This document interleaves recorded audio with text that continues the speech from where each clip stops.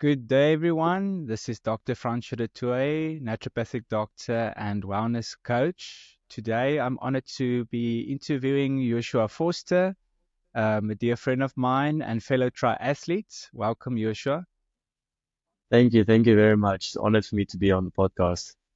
It's a Very pleasure for nice. me also. This is a nice change in kind of like direction for the podcast channel to be able to speak to someone that is an active triathlete as well as a lot younger than a lot of the people that I generally Yes. interview. Yes. I'm really in a space to honor you and I look up to you a lot. I recognize in my Awesome. journey in terms of exercise, I I really was undisciplined and muddled with when it came to exercise. And I really recognized that if I kind of like had the type of kind of like coaching and support that you've emulated, I would have I kind of like I had more kind of like exceptional experiences in my life when it came to these sort of things. Yeah, I'm very honored for all the stuff that's happened. Especially because my dad, I'm following his footsteps. So he's been through all the stuff and he knows what works and what doesn't, and he can coach me a lot, which helps.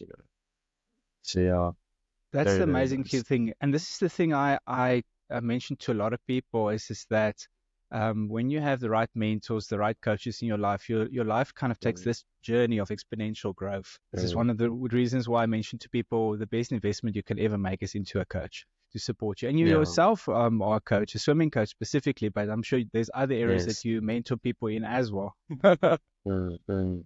Yeah, no, it's very nice. Nice being a coach as well because being an athlete and a coach at the same time helps a lot for both ways. Because when I coach the swimmers or the triathletes or wherever I coach, I Yes. know what they're going through. So I know the struggles. I know when they're doing a hard set, how it's more mentally tough than physically tough in a set. And that your mind plays a big, big role in training and racing, Yeah. especially. There's people that do better in training than in the races. And yeah, as a coach, I Sure. learned that now. So yeah. Yeah, and to put all those things together, it's really a mindset and a like mental journey. I can Mm, relate to that a lot. But before we jump in deeper, I'd love to read out your bio to our audience so that they can get to know you better.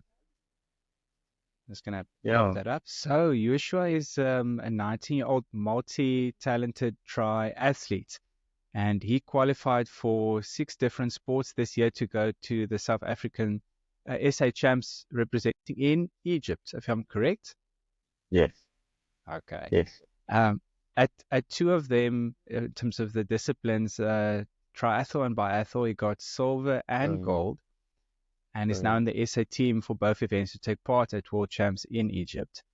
And he's also a part-time student and part-time swimming coach here in George, which is a town in the heart of the beautiful Garden Route in the Western Cape. So tell me a bit about how you kind of like came to the point where you wanted to compete at this exceptional level that you've already had some mm. amazing achievements in. Sure. Well, it started when I was very, very young. So with triathlon, I started when I was as young as I can remember, maybe 8 years old, six even, because my dad was a triathlete. He raced for South Africa. He was a Springbok athlete, and he brought triathlon to Eden. There wasn't triathlons here, so he started Eden Triathlon here, Oh, yes. and when he started it, he started with the little ones, the young ones, and then it grew to the bigger ones, and now he stepped away. So now other people took over there. Um, and I just followed, his footsteps. He mentored me to start doing triathlon. And my first essays, you're only allowed to go to essay champs and national champs, when you're, I think, 12 years old for triathlon. And that's the first time I went. And I went every single year afterwards to try and stay dedicated. But I also did other sports. As you know, as a triathlete, you have to swim a lot. Swimming is very Yes. important, and you can't swim 2 to 3 times a week. It's not enough. If you want to compete at, you know, world champs level, Olympic level, national level, you have to swim a lot. So naturally, Mm. I kept swimming. And surprisingly enough, I did very well with breaststroke, which has nothing to do with freestyle. Oh Um, wow, yeah. and one of those sports that you mentioned that I went to nationals with this year was swimming. And I qualified with my breaststroke, not with my freestyle. So I qualified with Wow. my 100-meter breaststroke. And yeah, I went there, I competed. I did not do as well as one would hope, but I mean, I'm a part-time swimmer. It's not my main sport. It's one of the three Yes. disciplines in triathlon, you know. Yeah. So yeah, but the one thing that I realized is I focused too much on too many things. Um, so it's the breaststroke was nice and I competed for nationals. I'm very happy that I did it, but now I realize I'm stepping away from the breaststroke. I'm giving it a bit of a break. Because there's no way you can do running, swimming, cycling, and then if you want to do the laser run, shooting and fencing, and then breaststroke. Because I mean, there's people that train breaststroke 6, 7, 8 times a week, and yeah, there's just no space for it. It is Um, so yeah. good to kind of like on that journey to see how you refine and prioritize certain things, so that you know you have a specific goal in mind, and that leads also to Mm, like you're excelling in that area, and that keeps that momentum going when you're achieving the results because you've kind of like focused in, you've narrowed down on the area that you're passionate about. yeah, and speaking of narrowing it down, I started narrowing it down now after I qualified for a lot of sports this year. I realized what my talents are and what I'm having fun in, because you can't just do Yeah, what your talent if you don't have fun in it, then there's no point in doing sport if you don't have fun. I So firmly believe the I same. yeah, I agree, and that's why I realized the triathlon and the pentathlon is the two that I want to keep doing. So yeah. That's amazing. Mm, This is something that I'm also kind of reflecting on. I'm not discouraging people from, playing around in different sports and in different mm, exercises, because in that journey, as you, I think, are explaining, you discover your passion, you discover what you're excelling in.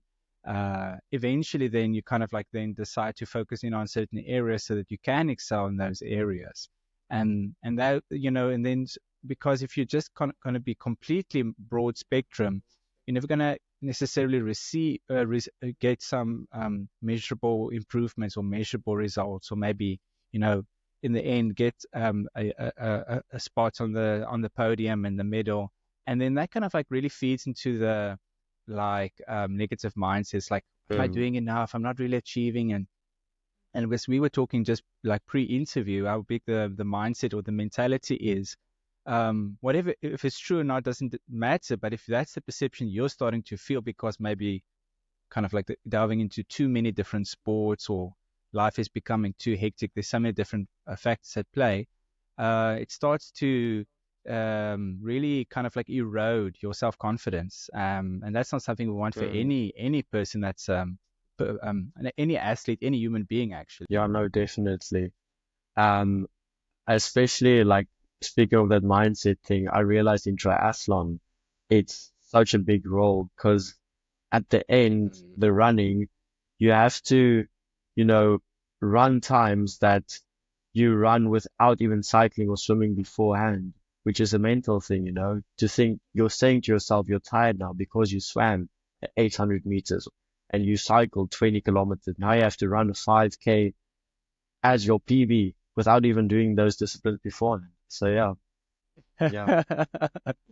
And it also goes to show the, for me, the human body is, it's such a miraculous organism that can do so much when we don't put limiters on it, limiters in our mindset. Um, Mm, and so it is amazing to see that these things come together. And you mentioned something really important, I think, for our audience, is that, maintaining that enjoyment in the sport, because that feeds into the mindset. And actually, mm, it also leads into the peak performance. I'm a student of peak performance research, or the degrees that are being now taught relating to this, and so much of it just relates to like aligning passion with purpose, but mm, also then getting to a flow state. Peak performance and flow states is synonymous with each other. mm, But that is also the sense of like I'm at ease, I'm enjoying it, I'm in the moment, I feel my best, I think my best. And mm, this is also why it's important for people to start to kind of like think about what they really enjoy doing. And then obviously that also includes never to remove perseverance and grit and having challenges and all of that. But as you notice that journey over the years, you start recognizing, there's more moments of enjoyment or pleasure than, like, say, discouragement. mm, But mm, I'm thinking about, and you can also steer us in a different direction. But I'm interested to know. I'm assuming that you've also had setbacks in your career as a triathlete. Um, mm. are there any particular ones you feel you want to share with the audience? Maybe a moment where you felt like, this whole sport, triathlons and all these different sports, it's just really overwhelming, and I feel like I'm having maybe something like a mental breakdown. Can you share maybe a Mm. moment like that in your life and how you overcame that? Yeah, definitely. So for me as a youngster, like I always wanted to get a medal at, national levels with triathlon. And the first year I did triathlon, I made the top 10. I came 10th place, which I was very happy with. And then the year after, I Wow. went ninth. Then I went seventh. And then the year after, I went fifth. And then the year after that, I went fourth. And then I was like, okay, the year after that, I can finally get my medal. And then I went from fourth place all the way to either sixth or seventh place. And that's when was like, yo, I don't know if I want to do this sport anymore because I've been going Uh, faster every year. My placement's been going down. And the problem that I faced is I compared myself to Olympians and I was like, I can't even do half what they're doing in the time that it's like. So if they do a 10 kilometer in 30 minutes, I can't even do a 5 kilometer in 15 minutes. Now I have to do a 10 in 30 minutes. So I was looking, at Olympic levels, which was a mistake in my books, and then, as I said, I came sixth or seventh at a national level and I wanted to take a little bit of a break. And I did. I focused on breaststroke, and that was the year where I started doing good with breaststroke, and I qualified with national level.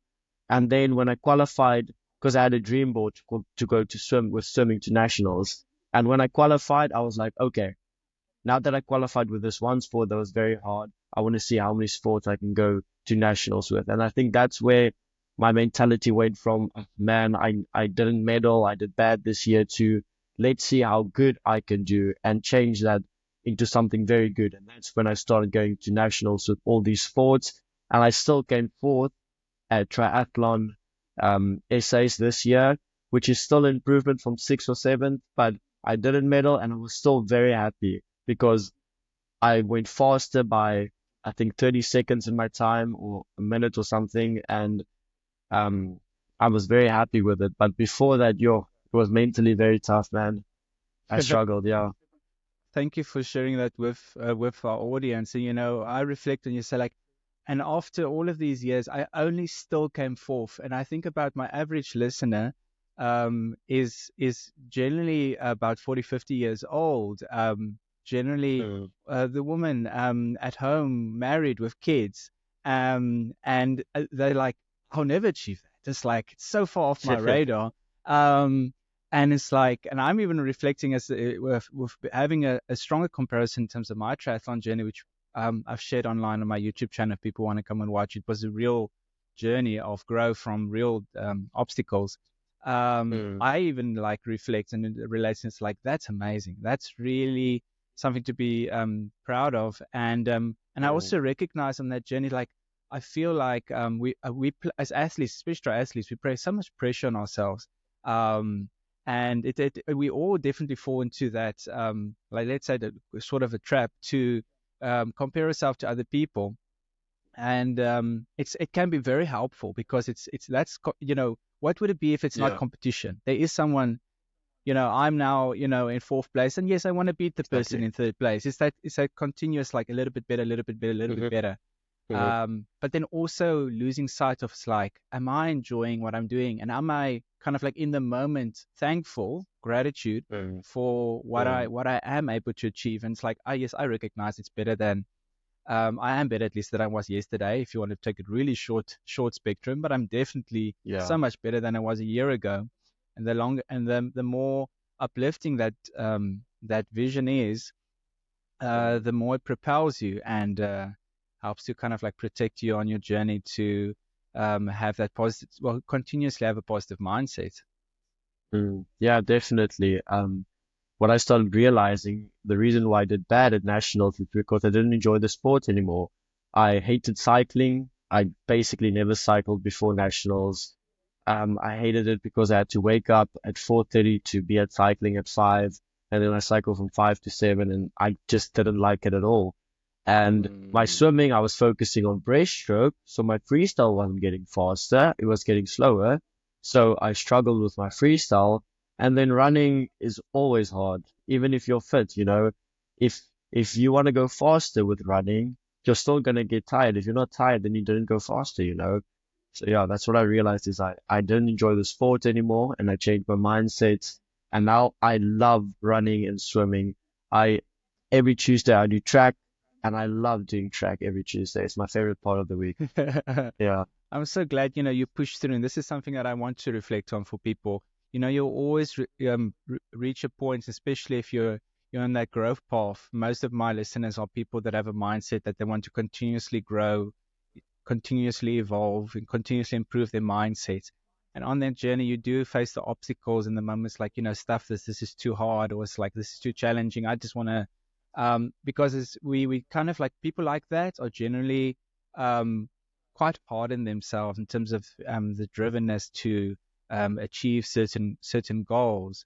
And it can really trip you up if you're not grounded in a sense of like, I'm grateful that I can compete at this level. I'm grateful that I have a healthy body. I'm grateful for Mm, the support structure that is surround me. And this is something I want to reflect on for everyone. It's like we are all also a result of our environment. And myself, I am exceptionally grateful to your father, because he is mm, actually the mentor that really helped me to not trip up on the journey of competing in the half Ironman races, because I was such a noob. I was such a kind of like easy come, easy go. It's like, yeah, I can just do this and do whatever. And it's like everything will come. I was even like into the last moment um, didn't think about like it's so much more, it's important to do actual road cycling on a road cycle instead of like just going to the gym and doing spinning classes. I didn't even think about yes. that until your father mentioned it to me.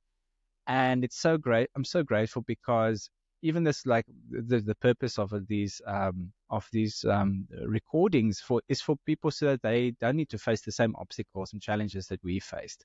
Mm, So mm, they can, get to the point like you've just described. You've came to the point like, yes, I'm enjoying it. I'm passionate about it. I mm, love what my body is capable of doing, and it's like I'm not like in kind of like just like my mindset is always like, oh, what is the next goal? What is the next record I want to break? I'm in the moment. I'm enjoying what my body is capable of doing. mm. And No, I'm sure, and I'm definitely. assuming now, but you can correct me. I'm sure you get to a point where you're not consistently like obsessing about your time, like your watch anymore. It's because you're Mm. there to enjoy. Yeah, exactly. No, I Because saw a something. lot of runners fall in that. It's like if I Oh, didn't record 100%. it, if it's not on Strava, it doesn't exist, and they forget Yes, to just yes, yes. enjoy what they're doing. Exactly, exactly. And not just enjoying it, but also going faster. Like there's people that are too Yeah. obsessed with their watches. I actually saw a shorts this week about someone. He ran a marathon, and the last 5 kilometers of the marathon, he took his watch off and he put it in his like he held it in his hand, and he started running, and he ran fast. He won the race, like he PB'd. He went, his marathon time, I think, was 2 hours and 14 minutes, which was the record for the track. And it's because he took his watch off for the last 5 kilometers so that his mind doesn't Yeah. play with him. So he can go his hardest that he Yeah. wants, that he can go. Because otherwise, if you look at your watch and you're like, oh, this is too fast. I can't go this fast. I know I can't make it. But if you take the watch off and you Yeah. run faster then you know you can. You don't even know it yet, you know. So Yes, it's that's it's a such a powerful it's a bad thing. example.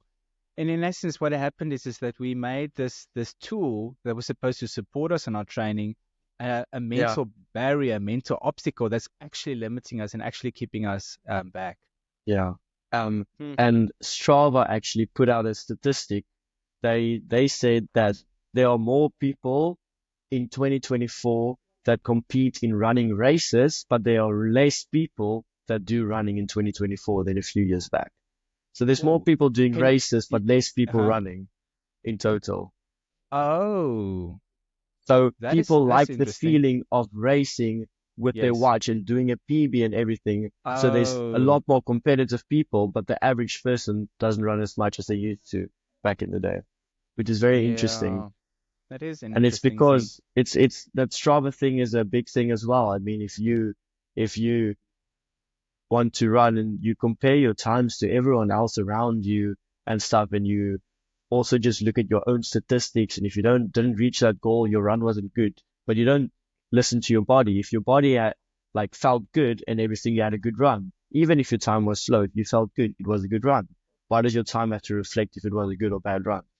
You know? Yeah, yeah. Because you're relying a lot more, or you're coming to understand it's like I have my experience, Mm, and as subjective as it is, it's your experience, and you can mm, gauge for yourself. It's like I'm happy with where I'm at. I'm present. I'm enjoying this, and yeah, there's so much more positive things to focus in on.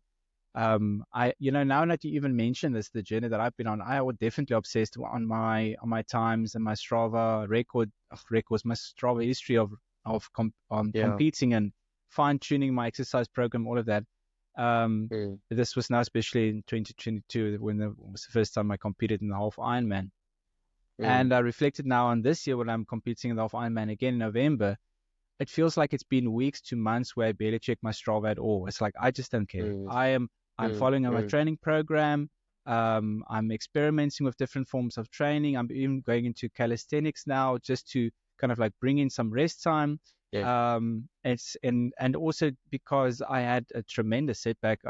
This is a funny story. I yeah, went to yes, you mentioning people do so well and they kind of like focus on the race and not so much necessarily yeah. running. So maybe they're not even training, but I think the reason is because we really crave community and we really do crave that kind of like that group spirit that propels. And this is why I Mm, encourage people like get a training buddy or a running partner or join a running yes. club or like because then that community support is part of your like lifestyle or let's say during the build up Mm, before a race and there's like everything is better and you're more consistent and you're not in that trap. It's like, mm, oh wait, it's 1 week away from the race and I kill myself training mm, and mm, kill mm. myself in the race. It's not really kind to the Yeah, body, but I'm sidetracking myself. So I'm part of a running club. I've been for many years. And maybe it was a month and a half ago, I went to the run, the time trial, 5 kilometer time trial race. And when I was running, my shoes were making this incredibly loud clapping sound, like a clap, clap, clap, clap, clap. And mm, I was like, what's up with my shoes? And I feel good. I'm running the same speeds that I generally run. And and when I was finished with the race, my friend that was next to me that I was running with, he actually said, like, I noticed that sound. What's up with your shoes? What's up with that? It's like, I don't know. And I went yeah. home, and when I took my shoes off, I noticed I didn't put in my inner soles. I had taken them out and swapped them between shoes and the inner soles that I need to wear with those shoes because they're road racing shoes are Yeah. exceptionally important because otherwise they're so flat and so thin. It's like you just have this Mm, incredibly hard impact. And I actually injured both of my Achilles tendons, especially on the sure, left. And I was kind of like out sure. for running for almost a month. Um, then I transitioned to instead like jogging barefoot in the garden. So that I Mm, can ease myself into this recovery. And I recognize, and I wouldn't have had this like a mindset if it wasn't having competed in these sports before, like the half Ironman before, recognizing it's like injuries can be part of the journey. And I was really hard on myself. It's like, why is this happening? Why is my body yeah. failing me? And this year, I'm just like, thank you, body. I could have run to this point. This happened. Mm, Life happens. mm, Mistakes happen.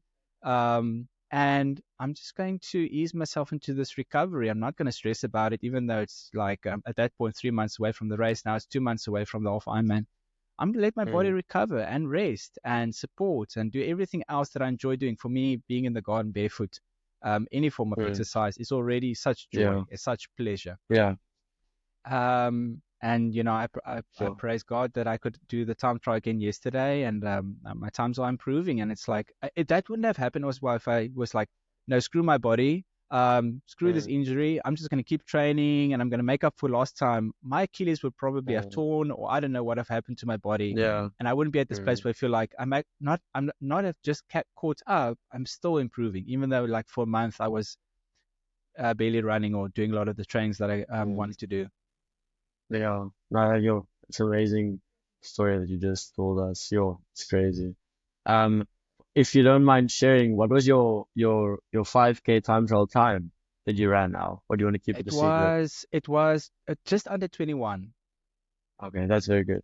That's very nice. Thank you. Where do you run the 5K? Where is it? It's at an area just across the what do you call it, the Women's Army College, a Plantation Road. Oh They wow. do a loop there. Yeah, I do a loop there in what's it called? It's Heather Lynn's, I believe. Yeah. Netherlands. Yes, yes, Yes, yes, yes, yes. yes.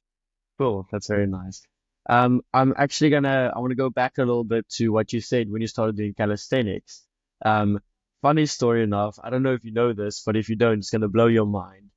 So the Uh-huh, uh-huh. Olympics just happened, like a few weeks ago, and the 50-meter freestyle is one of the most important, and like everyone watches that race for freestyle now. So it's just one length freestyle as fast as you can. And the guy that won No the breath. 50-meter freestyle. Probably Yeah, no almost breath. nearly on. Yes. Yes, that's insane. But that guy that came first, he stopped swimming for 9 months. Okay, so like let's say about like 2 year or like a year ago, he stopped swimming for 9 months and he just did calisthenics for 9 months straight. He did calisthenics 9 times a week and he stopped 9 months of swimming and then he brought swimming a little bit back and he started swimming 3 to 4 times a week. So to put it in perspective, the most Olympians train 9 to 11 times a week, almost 2 times a day or 2 times a day. And Yeah. he stopped swimming completely. His Olympics was coming up in a bit, and he stopped swimming and he just did calisthenics, and then he started swimming 3 to 4 times a week for only about 2 to 3 kilometers per session, which is nothing for swimmers.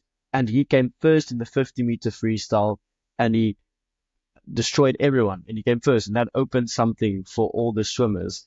You know, like it's insane. No one has done that before ever, which is crazy. It is completely mind blowing. I'm so glad you put it in perspective. In fact, it was because of his achievement that I saw on Instagram reel that I've been inspired to actually delve into calisthenics. So I Mm, watched the same history without as much of the yeah. context that you also now shared with me.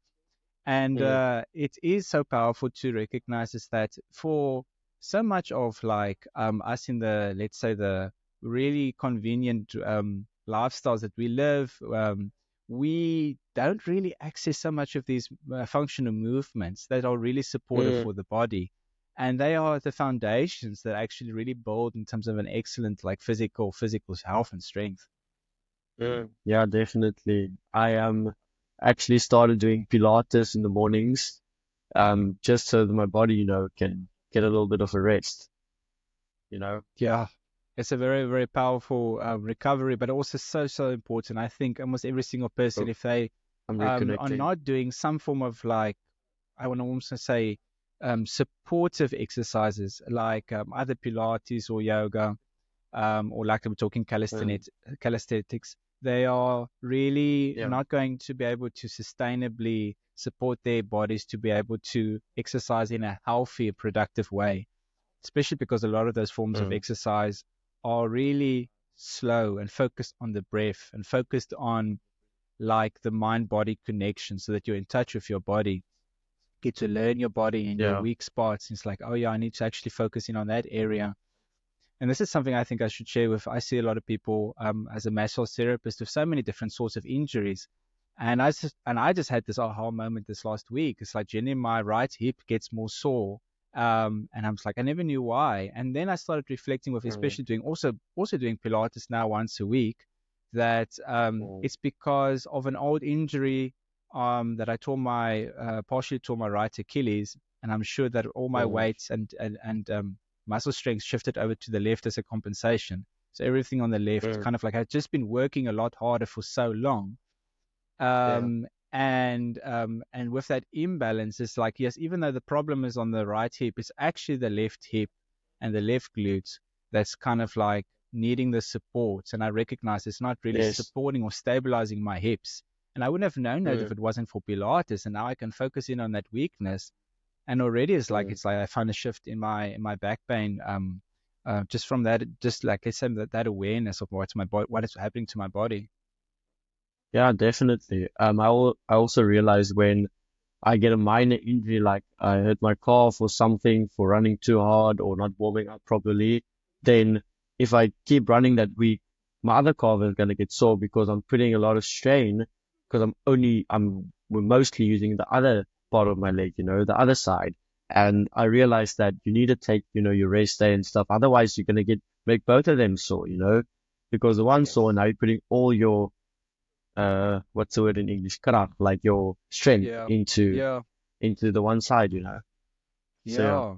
And yeah, that's so good to be that aware of your body. It's like it is this tremendously interconnected system. And all these systems Mm, are supporting each other. And if you're, like you mentioned, you're actually mindful to say, like, yes, I've got an injury, or I have a setback in my body now, or just a spasm, whatever it is. mm, By stopping and resting, you are supporting that pillar, because there's so many support structures that can that keeps that whole energy going. That if you don't, if you ignore that, it's like a domino effect. You're going to damage and injure so many other systems that have always been in the background supporting you, that we're never mm, really grateful for. And you find like it actually, by not stopping and resting and recovering or being kind to your body, you actually damage 10 or 20 more systems of your body, mm, by not having that awareness. definitely. Yeah, But I that's it. wanted to shift the conversation to something that you shared with me.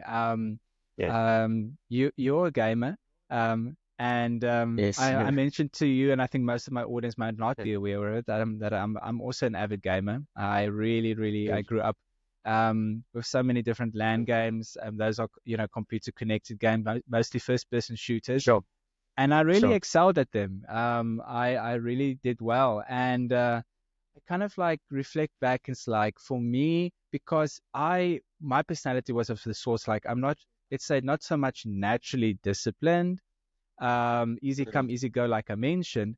I kind of like got caught up in the gaming world, and I almost never saw the sun. I never saw the sun. I never went outside, and almost never exercised yeah, for a long period in my life. So I was really imbalanced in yeah, that direction.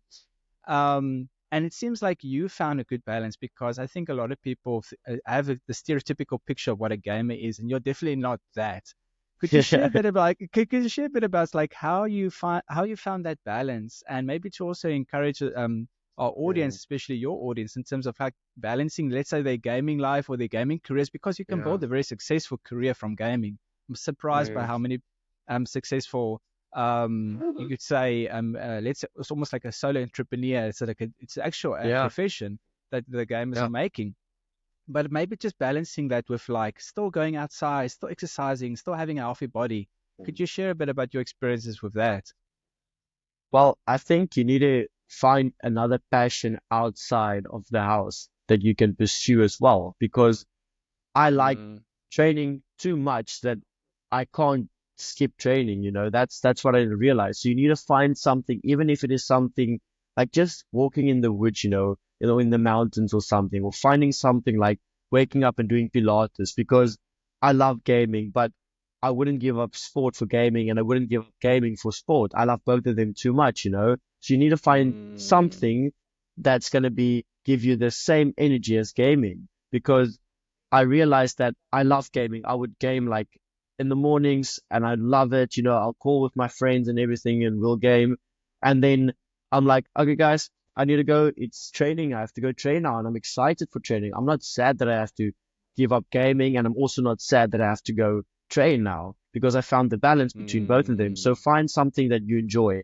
And what I realized is it's also the friends that I do the stuff together because I game with friends. I do sport with friends. So I'm excited to go to swimming in the afternoons because my friends are going to be there, and then I enjoy it with them. So if you want to, let's say, start gymming or start doing Pilates, get yourself a buddy, a friend that you want to go with and tell them, yo, do you want to try this with me? Let's see if we like it. If we don't, we don't. We try something else.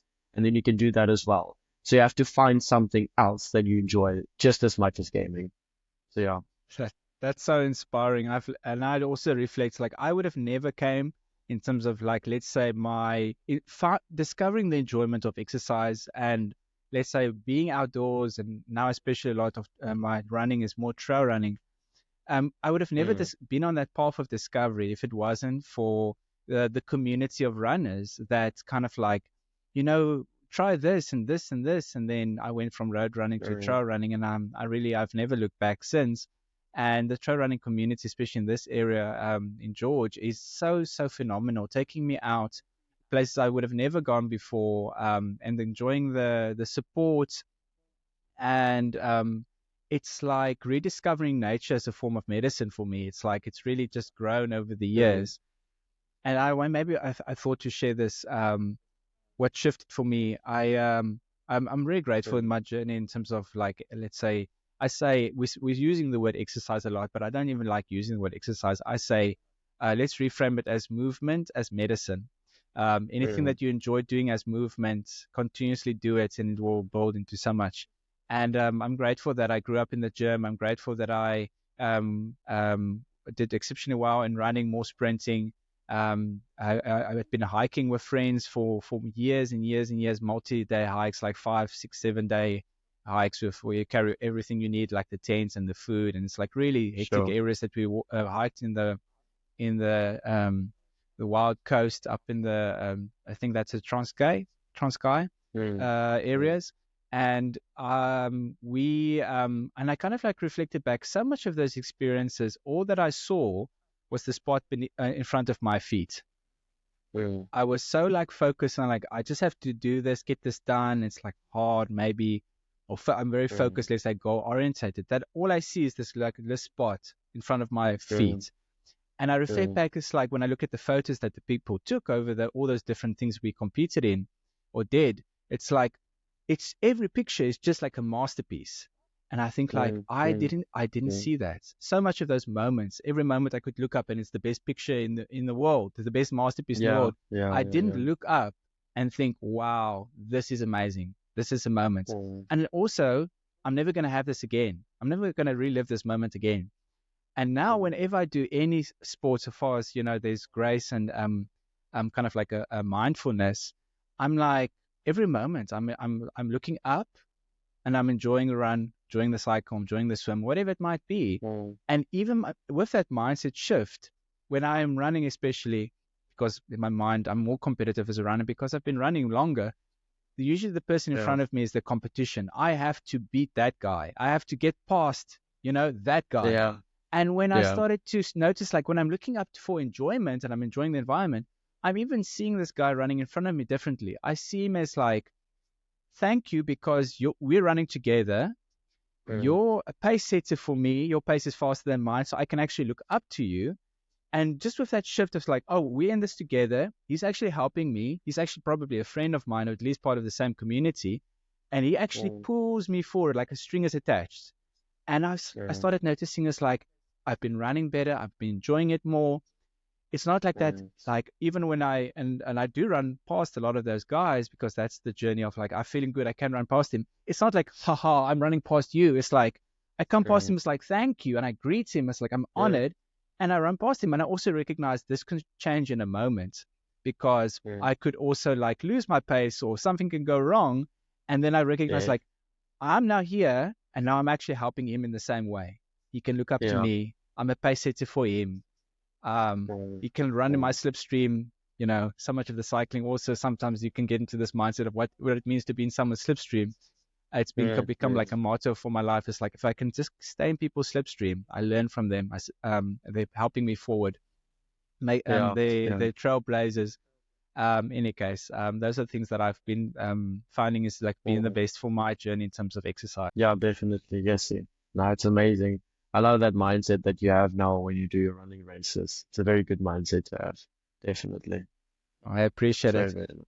And Mm. a lot of this journey for you is also to kind of like bring people's attention towards that it is a big journey to be as an athlete supported. Could you maybe draw people's attention to how they can connect with you and learn more about supporting you as an athlete on your journey to Egypt, especially? Well, my Instagram is just my name and surname. If you want to look me up there, you can just send me a Yes. DM. Thankfully, that's going to Um, be on the screen with the recording. awesome, awesome, awesome. Yeah, Yeah, then yeah. you can just send me a message there if you want to get contact with me and talk or say anything. So yeah, Egypt, I'm very blessed for everything that I've gotten so far. I got a few sponsors already, so I'm very, very blessed. I want to thank everyone, that helped me out in any way. Um, like, because I've been helped out in so many ways. I even got sponsored, like uh, a few wine bottles and like a weekend away because I'm having a dance this weekend. So then Yes. I'm gonna sell tickets there, and then at the end of the dance, the winner gets the two wine bottles, and the other winner gets a weekend away at like a nice place. So those stuff helps a lot, and also I even dressed up, I got like a banner that I put on myself and I went to Yes. the streets, like the robots, the red lights. And Yes, yes, yes. I stood there, and I asked people, if you want to support me, support me. And people are very nice in George and they supported me. I want to think what else I did now. Well, yeah, and yeah, a lot of people helped me, even people that I'm not even familiar with, that just my parents know. They even helped us out a lot. Family helped me a lot. My grandparents, they sponsored shoes for me, running shoes, which is another topic we can talk about. Um, Wow. so yeah, I'm very blessed. Yeah, it's very I'm so nice. grateful. I'm so glad too that people are supporting you. And I know it's because also, you're putting yourself out there and it's like you are Mm, this on this active journey of like, drawing people into the awareness of this journey and growth path that you're on. I really look up to that since like, mm, I'm grateful that people are surrounding you and sponsoring you. mm. Because at the end of the day, this is something I reflected. This is the same as like I see as the role of mentors or coaching or like my team that's helping me to produce a lot of this Yeah. content that reaches the audience at the end of the day. It doesn't come for free. These are people working in the background, my team. Mm, mm. Is just that at the end of the day, we just want to be there in the moment, enjoying what we're doing. We don't want to be in the background when we're exercising or competing, thinking like, do I have the right watch? Do I have the right swimming gear? Do I have the right cycling equipment? You just want to be in the moment, enjoying what you're made to do, your purpose and your passion, so that you can be the best version of yourself. And this is what support does. It frees us up to Mm. be the best of ourselves. And especially in this sense, as a fellow South African, I'm so proud of you. And it's like we Mm. want you to just be there. It's Mm. like feel that vibe. It's like you're supported, and cheering you Yeah. on from the sidelines or from back Yeah. back at home. Yeah, no, definitely, man. Yes, it's an amazing, amazing journey to walk, the sport life, so many ups and downs and stuff. But yes, I enjoy it. So, so Yeah, nice. and I know you'll come back stronger and you'll share with us even more of the things that Mm, you've learned, so that everyone else, like myself, looks up to you as a quite amateur triathlete, to say mm, like, yes, I can continue growing, and thank you so much for sharing, so I can not face the same mm, challenges and obstacles that you faced, mm, on mm. on these journeys. Yeah, definitely. Yeah, that's how it is. Mm, Yeah. Okay. Well, mm. thank you so much for your time. It's been amazing chatting with you. I'm looking forward Awesome. to following your journey, and I'm going to share definitely more details so people can get into contact with you with this recording. For everyone watching on Awesome. the YouTube channel, don't forget to like and subscribe, so that you can continuously see some more content like ours, and that we can be in this journey of sharing more free content so that you can Mm, excel in terms of anything that you pursue in life, especially if you have a goal. It's like, I want to complete that marathon. I've never done it before. How do I mm, get there? These are the types of things to mm, let you know. It's like you can follow a varied path and you can experiment with many different things. At the end of the day, you'll find that your passion and purpose align with each other, and you can excel at these really really high levels and continuously enjoy it while you're doing that. I think that's my main Mm, takeaway that I've been mm. inspired by what you've shared with us, Joshua.